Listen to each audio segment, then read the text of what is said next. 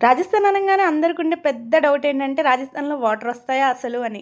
ఉంటాయి. కానీ మనంత ఎక్కువగా ఉండవు ఇక్కడ. ఇక్కడ టైమ్ లిమిట్ అనేది ఒకటుంటుంది వాటర్‌కి. మార్నింగ్ 5:30కి ఇస్తే మళ్ళీ ఈవినింగ్ 5:30కి ఇస్తాడు. అది కూడా జస్ట్ హాఫ్ అన్ అవర్ ఇస్తారు వాటర్ అంతే. పోనీ వాటర్ వచ్చినప్పుడు డైరెక్ట్‌గా వాటర్ వస్తాయంటే డైరెక్ట్‌గా ఏం రావు. మోటార్ ఖచ్చితంగా ఉండాల్సిందే. ఇక్కడున్న ఏరియా వాళ్ళు ప్రతి ఒక్కళ్ళు మోటార్ పెట్టుకుంటారు. ఇంకా మోటార్ లేదంటే మనకి వాటర్ రానే రావు. మోటార్‌లోంచి పైకి ఎక్కాల్సిందే ట్యాంకుల్లోకి వాటరు.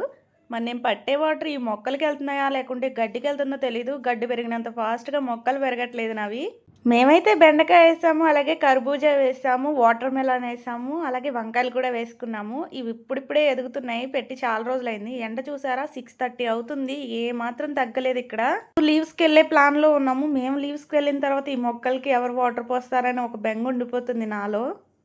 మరిన్ని రాజస్థానీ అప్డేట్స్ కావాలనుకుంటే మన ఛానల్ సబ్స్క్రైబ్ చేసుకోండి. Thanks for watching. Follow for more.